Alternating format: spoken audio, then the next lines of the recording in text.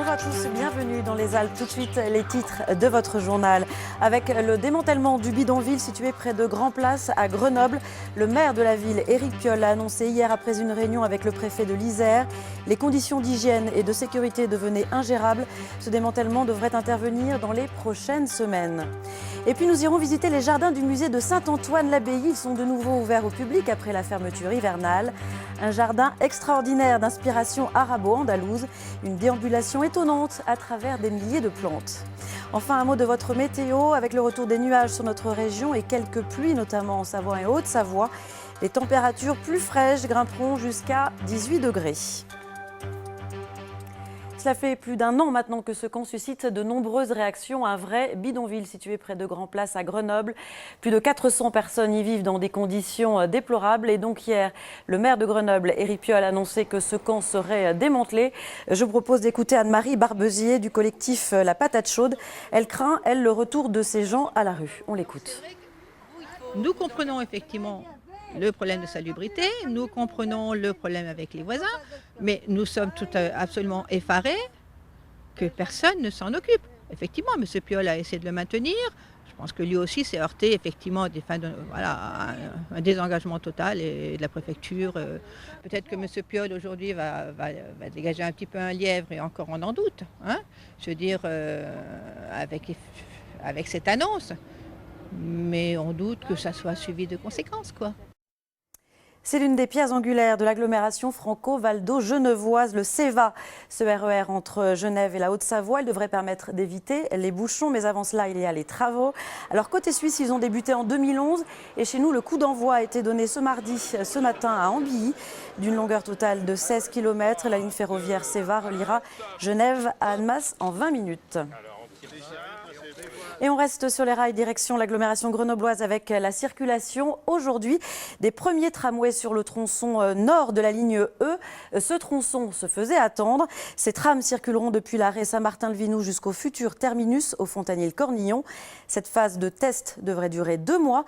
Je vous propose d'écouter l'interview de Yann Mongaburu, président du SMTC. Interview recueillie par Sarah Nabli et Didier Albrand. On mettra en service le 13 juillet le tronçon nord, qu'on aura l'occasion d'inaugurer le 5 septembre prochain avec les commerçants, avec les enfants des 4 communes traversées. C'est une nouvelle liaison dans l'agglomération, c'est aussi une requalification urbaine qui a été réalisée. C'est enfin un outil pour décongestionner. Il y a 130 000 véhicules qui circulaient tous les jours dans cette branche de l'Y grenoblois. Il y a déjà 25 000 voyages chaque jour qui sont faits sur le tronçon sud. On espère une pleine réussite sur le tronçon nord pour décongestionner notre agglomération. Cette information à découvrir sur notre site internet France 3 Alpes. Le conseil départemental de la Haute-Savoie débloquera 7 millions d'euros après les intempéries du week-end du 1er mai. Il s'agit de réparer les routes ou encore les ponts qui ont été endommagés. Des aides financières pour les communes et les agriculteurs sont aussi prévues. Les obsèques de Pierre Ossian se sont déroulées ce matin à Autran, dans le Vercors, une commune que l'ancien journaliste de France 3 Alpes affectionnait particulièrement. Beaucoup de monde présent pour lui rendre un dernier hommage. Pierre Ossian, vous le savez, avait créé en 1985 et animé le magazine Montagne sur notre chaîne. Un magazine qu'il portait avec beaucoup de passion, comme tous les projets qu'il a entrepris par la suite. Pierre Ossian avait 70 ans, nous pensons très fort à lui. Journée de mobilisation aujourd'hui des enseignants contre le projet de réforme des collèges. À Grenoble, une manifestation est prévue à 14 h. Et puisqu'on parle éducation, arrêtons-nous à présent sur ce paradoxe des enfants très précoces, ceux qu'on appelait auparavant les surdoués. 3 chercheurs lyonnais seraient en passe d'expliquer pourquoi certains sont en échec scolaire alors que d'autres réussissent sans problème. Isabelle Soibourreau, Valentin Cruard. Ryan, 12 ans, et Timéo, 10 ans, sont 2 enfants précoces au QI bien supérieur à celui de leurs camarades. Pourtant, l'un est en difficulté scolaire, quand l'autre est brillant. Pourquoi une telle différence? Quelle est la clé de la réussite? La science commence à comprendre et tout se joue dans le cerveau. Timéo est ce qu'on appelle un surdoué homogène. Il a d'excellentes compétences dans tous les domaines. 18,5 je crois. En CM2, bien dans sa peau, il enchaîne les notes excellentes. 18,5 en anglais, il ne compte plus les 20 sur 20, les parfaits, bravo en maths, en français, et le tout sans effort. Quand on fait des évaluations, moi je termine un peu avant les autres et je j'ai plus de facilité en gros. Le fait qu'il soit intéressé, plus sa mémoire, il se contente de l'avoir entendu une fois, un cours. Voici son dossier. Pour Ryan, en revanche, c'est beaucoup plus compliqué. Tout aussi intelligent, il est en 4e avec 2 ans d'avance. Mais depuis la maternelle, il se met à dos tous ses professeurs. S'amuse en cours, n'écoute rien. Malgré les remarques, parle, écrit, 1 heure de colle. Bavarde, se lève, perturbe la classe et t'avais eu 1 heure de retenue, tu te rappelles? Ouais, mais des fois, quand on s'ennuie, j'aime pas rester en place. Ryan a des facilités pour comprendre, il a des facilités pour apprendre, il peut travailler très vite, mais il a des difficultés à s'adapter au règlement, aux règles de l'école. Est-ce un problème d'éducation, d'autorité? Une énigme pour les parents de Ryan, en passe d'être expliquée. Depuis 2 ans, ces chercheurs à Lyon étudient le cerveau des enfants précoces. Ryan vient passer sa 5e IRM. Lui a un profil dit complexe, avec de grosses différences entre ses capacités de raisonnement et de compréhension. Ok, t'es prêt? On y va. Avant l'examen, il fait un premier test de mémoire qui met ses nerfs à rude épreuve. C'est pas du tout rapide là, c'est hyper long. Et là, j'ai décroché parce que ça m'énerve. Parce qu'il s'ennuie, Ryan fait 9 fautes. Ce sont des résultats qui ne sont pas mauvais, mais qui, par rapport au potentiel de Ryan, pourraient être meilleurs. Et pourquoi ils ne sont pas meilleurs? Parce que Ryan, au début, était très excité par cette situation nouvelle. C'est un nouveau jeu qui lui est présenté. Ça montre encore que ce sont des enfants qui ont besoin d'une motivation et d'une stimulation permanente. Et ce que vont expliquer ces images IRM, c'est pourquoi Ryan s'adapte moins bien, pourquoi il a du mal à se conformer à ce qu'on lui demande. Tout va bien, Ryan? Pendant l'examen, apparaissent des milliards de connexions dans son cerveau. Contrairement à Ryan, les surdoués qui réussissent mieux ont une activité plus intense dans cette zone en rouge, celle qui leur permet de mieux contrôler leurs réactions et de mieux planifier leur travail. Cette petite zone rouge est essentielle parce qu'elle gère nos fonctions les plus élevées, comme le raisonnement, comme l'abstraction et comme le contrôle en société. C'est ce qui manque aux enfants complexes qui, justement, contrôlent moins bien leur comportement et, du coup, s'adaptent moins bien au niveau scolaire ou au niveau social. Une découverte décisive pour aider ces enfants précoces en difficulté.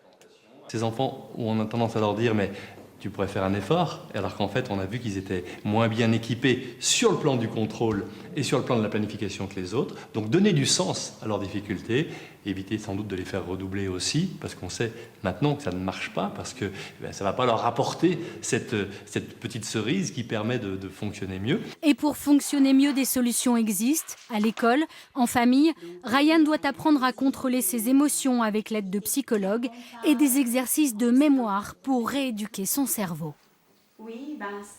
Les habitants du centre-ville de Grenoble n'en peuvent plus. Depuis quelques semaines, une cinquantaine de marginaux s'installent tous les jours sur la place Grenette avec leurs chiens. À la clé pour les riverains, du bruit et toutes sortes de nuisances. Jordan Guéant, Maxime Kemener. Tous les jours, ils sont une cinquantaine des marginaux avec leurs chiens toujours plus nombreux. Désormais trop nombreux pour les riverains, agacés par les nuisances. Des bruits de personnes, des bruits de chiens, des aboiements, et puis de la consommation d'alcool pour commencer. Et depuis quelques jours, on nous signale de la consommation de drogue. Une alerte relayée par le SAMU social. Impossible de patrouiller, de discuter auprès d'individus souvent trop alcoolisés. Même ici, le message se veut donc dur. Il n'y a pas à faire de misérabilisme. Il y a des faits qui se passent. Ces faits sont des faits qui portent nuisance à l'opinion publique, à la majorité, mais aussi bien aux riverains, aux commerçants qu'aux acteurs sociaux. On ne peut pas intervenir.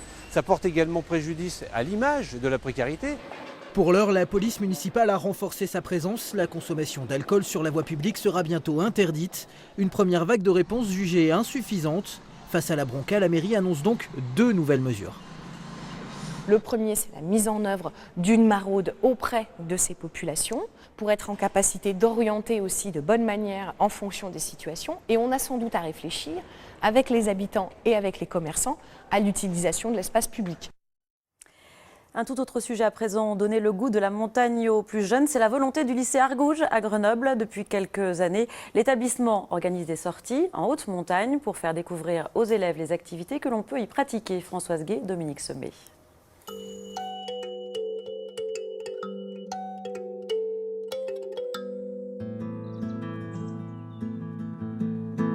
De Grenoble, sur la route de Saint-Nizier-du-Moucherotte, on ne voit qu'elle. Ces pointes acérées surnommées les Trois Pucelles. Bonjour à tous. Donc les Trois Pucelles, donc vous les avez juste à ma droite là-haut. Je pense que vous les avez vus. On les voit bien de Grenoble. Donc on va un petit peu tourner sur ce versant-là là, qui est à l'ombre pour y monter. D'accord, on va monter sur le sommet qui est au milieu. Sur le petit sentier qui mène au pied des aiguilles, une classe de seconde du lycée Argouges de Grenoble, accompagnée de 2 professeurs et 4 guides de montagne. L'ambiance est décontractée. Ensemble, depuis le début de l'année, ils ont déjà suivi plusieurs sorties, raquettes à neige, cascade de glace, via ferrata ou escalade.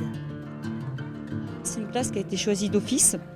Ensuite, ils sont tenus d'y participer. C'est un projet d'intégration et en même temps de découverte dans notre milieu. Il y a beaucoup de jeunes qui ne connaissent pas la montagne et qui, justement, on espère qu'ils vont un petit peu accrocher. Au programme de cette nouvelle sortie, une via cordata. Mais qu'est-ce que c'est ? C'est un peu comme de l'escalade, en fait, c'est un parcours sur une montagne où on est accroché avec des cordes, sauf que c'est plus simple que l'escalade et c'est plus marrant aussi. Ça va aller ? Oui. T'as pas peur ? Non. Parfait. Allez-y. Pour se mettre en appétit, une descente en rappel d'une dizaine de mètres, dos au vide. C'est bon ? Et cœur qui bat la chamade.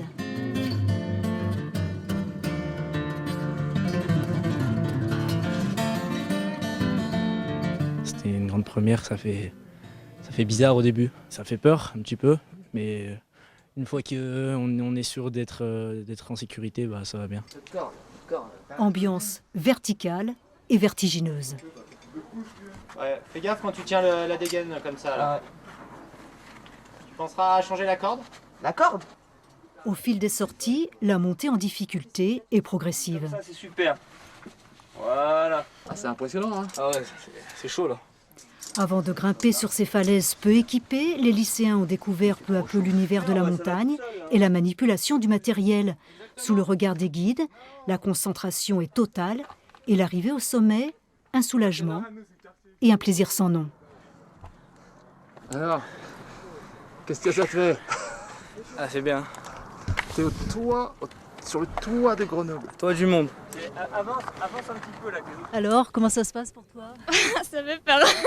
Ça fait très très peur. Tu as eu du plaisir à le faire ? Ouais, ça va. Tu recommencerais ? Non. Mais c'est sympa de le faire avec la classe. À 1000 mètres sous leurs pieds, une vue imprenable sur Grenoble et ses quartiers qu'ils découvrent du ciel. Va se des Alpes. Moi je vois Grand Place. Ah non. En face d'eux, les massifs de Belledonne, la Chartreuse, les Écrins et au loin, cette colline à l'air débonnaire, le Mont Blanc. Et juste à droite ? Dans cette opération Jeunes en montagne, ce n'est pas la performance physique qui est recherchée, mais le plaisir d'être en montagne. Il suffit que nous, ils nous disent dans la journée que le paysage a été beau et pour nous, la journée est réussie. C'est pas forcément, on n'attend pas un défi vraiment quelque chose de dur. On attend qu'ils se dépassent un petit peu et qu'ils apprécient d'être là dans cet environnement. Bon monsieur, je compte sur vous, surtout pas de conneries. Hein. Vous faites confiance. Je pense que ça fait longtemps que vous faites ce métier. C'est pas le moment. Bon, j'ai pas le choix. Pardon. Pour terminer en beauté cette via cordata, une tyrolienne installée entre 2 pics, frisson garanti. Le clou de ce programme en montagne, une sortie de 2 jours avec nuit en refuge, programmée à la fin de l'année scolaire. Et on s'intéresse à présent au tournage d'un film qui se déroule en ce moment à Grenoble, à la Villeneuve. L'histoire d'un jeune qui va batailler pour réaliser son rêve. Un film réalisé avec les moyens du bord. Valérie Chastelan, Antoine Barnas. C'est l'histoire d'Adèle, qui cultive les embrouilles et les noms d'oiseaux, surtout quand on lui demande ses papiers. Putain, 2 fois par jour, putain. Oh, vous êtes sérieux ? Allez, descends. On n'a pas que ça à faire. Ce jour-là, l'équipe du film tourne la scène de l'arrestation au pied des immeubles. Sans casse. T'es sérieux, tu me tues toi ? Tu crois qu'on a élevé les cochons ensemble ou quoi ? Je me rappelle pas de ta mère la cochonne. Adèle, l'acteur principal, a grandi ici entre Échirolles et La Villeneuve. Ces murs, il les connaît par cœur. Lâche-moi. Tais-toi, tais-toi. Ça fait bizarre. Et d'un côté, je pense que ça fait plaisir aussi. C'est positif de tourner ici, de là d'où l'on vient, de montrer qu'on peut faire plein de choses quand même. Comme il a dit le réalisateur, avec un bout de ficelle, on peut faire plein de choses. Et je pense que ici, ça a été un plus pour le film et ça sera un plus pour le film quand il sera fini. On se la retente, c'était un plan large là, et après on se rapproche. Vas-y, ça marche. Ok. Et pratiquement toute l'équipe vient du quartier et se régale à alterner joyeusement les boulots de comédiens ou de techniciens. Et la scène de l'arrestation, ça les fait bien rigoler. C'est du vécu, je pense, pour certains d'entre eux. Voilà. Donc on a tous vu une interpellation se passer à La Villeneuve, surtout un scooter, un jeune, par la police. Enfin, tout le monde a vu ça. C'est limite une scène quotidienne de La Villeneuve. Et ça vous fait marrer? Bah oui, ça fait rire. Faut pas prendre. C'est super marrant. Pour une fois qu'on peut le faire nous, de notre côté. Du vécu donc et un tremplin. Ce projet monté avec des bouts de ficelle est soutenu par la maison de quartier qui y voit là une belle ouverture pour ces jeunes. Monte tes mains, monte tes mains. Ils sont là mes mains. La plupart ont un projet professionnel derrière. Par exemple, celui qui tient le clap, lui, il est en train de terminer son one-man show. Celui qui tient la perche, lui, il a un projet de formation, il voudrait spécialiser dans la prise de son. L'un autre, je crois qu'il veut devenir scénariste. Enfin, ils ont tous un projet professionnel. Bien sûr, je pense à l'avenir, forcément. Si ça peut nous ouvrir des portes, et on va pas cracher dessus. Les portes, pour l'instant, elles sont enfoncées, elles sont fermées à double tour. Donc nous, on va les enfoncer. Donc voilà. Mais gentiment. Mais gentiment, bien évidemment. On n'est pas des méchants. Et le metteur en scène, lui, il est ravi de cette énergie qui compense largement le manque d'expérience de ses troupes. Si on est du métier, on n'a pas envie, ça sent à l'écran. Donc inversement, si on n'est pas du métier, mais qu'il y a vraiment un potentiel et une volonté, ça se décline à l'écran. Alors moi, le problème, c'est qu'on voulait faire un film socio-dramatique, et là, c'est en train de virer à la comédie parce qu'ils nous font toujours rire. ça va être une comédie avec socio-dramatique, tout un mélange, quoi. On a hâte. La saison redémarre dans la cité médiévale de Saint-Antoine-l'Abbaye. Le musée est de nouveau ouvert au public. L'occasion de découvrir aussi son très beau jardin. Regardez. C'est en juillet 2014 que l'espace se montre au public sous sa nouvelle forme. Un lieu paisible qui, au mois de mai, trouve toute sa raison de parader. C'est un jardin qui évolue bien évidemment au fil des saisons. Il y a encore des éléments structurants qui pourront compléter la disposition actuelle. Le visiteur peut ainsi successivement découvrir le monde des couleurs et des senteurs. 4 espaces, 4 thèmes, une multitude de plantes et d'espèces différentes. Tous font référence au jardin médiéval. Donc au jardin médiéval dans sa diversité, à la fois le jardin du parfumeur, donc qui est le premier jardin et c'est celui dans lequel pénètre en premier lieu donc le visiteur lorsqu'il sort de l'espace consacré aux roses. Ensuite le jardin du paradis, à côté duquel nous nous trouvons. Ensuite, le jardin des simples, avec donc ces plantes médicinales qui ici sont, on va dire, présentées, comme c'était le cas d'ailleurs dans les jardins au Moyen-Âge, en fonction des propriétés. Et ensuite, le jardin d'inspiration arabo-andalouse. Ce jardin est né toujours donc, de ce partenariat avec le Maroc. Pour s'occuper d'un tel petit paradis, les techniciens de la ville ont dû se transformer en véritables jardiniers et le travail est largement réussi. C'est un vrai bonheur que ces instants volés au temps, tranquilles et sereins, un havre de paix dans lequel tous nos sens sont sollicités, un pur moment de plaisir. Voilà, et c'est la fin de ce journal. Passez une très belle après-midi.